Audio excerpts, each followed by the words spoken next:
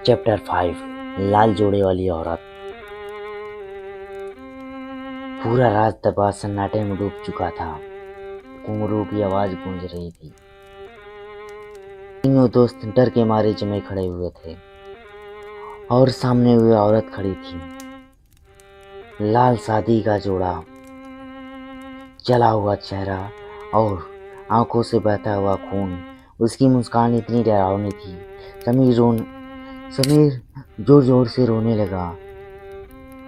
भाई ये सपना है ना, भाई ये सपना है ना, भाई ये सपना है ना। औरत धीरे धीरे हवा में तैरने लगी और उनकी तरफ बढ़ने लगी।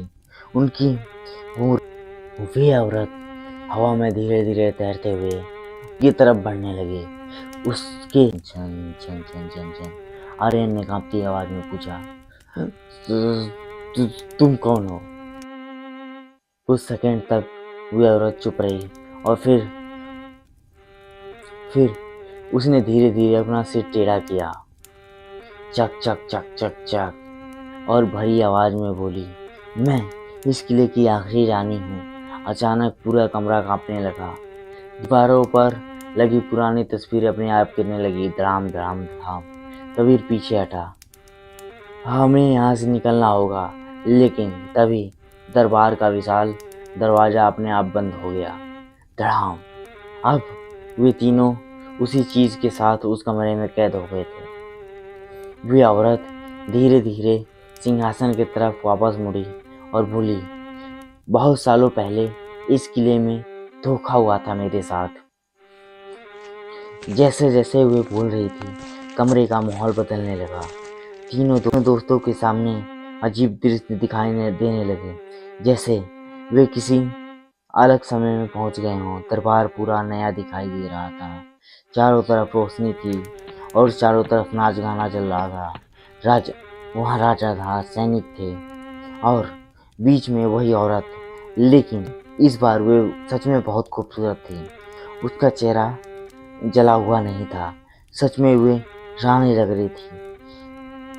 समीर धीरे से बोला, ये क्या हो रहा है? आर्यन समझ चुका था वे लोग उस किले का अतीत देख रहे हैं। तभी दरबार में एक अजीब आदमी दाखिल हुआ।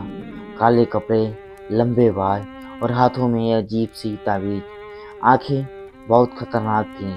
रानी का चेहरा अचानक डर में बदल गया। तभी वे आदमी जोर से हंसा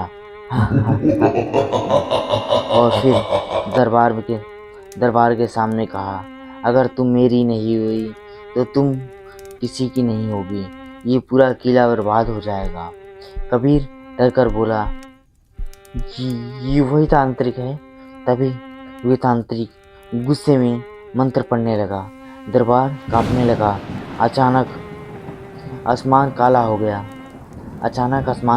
गया। लोग चीखने लगे और अचानक पूरा महल आग में गिर गया। चारों तरफ से चिल्लाने की आवाजें आने लगी। चारों तरफ चीखे, धुआं और मौत। रानी जोर जोर से रोने लगी और तभी तांत्रिक ने उसे देखकर कहा, आज के बाद इस किले में जो भी आएगा उसकी आत्मा कभी बाहर नहीं जाएगी। अचानक पूरा दृश्य गायब हो गया। तीनों दोस्त फिर उसी अंधेरे दरबार में खड़े थे और अब वे रानी बिल्कुल सामने खड़ी थी। लेकिन इस बार उसकी आंखों में सिर्फ दर्द झलक रहा था और कुछ नहीं।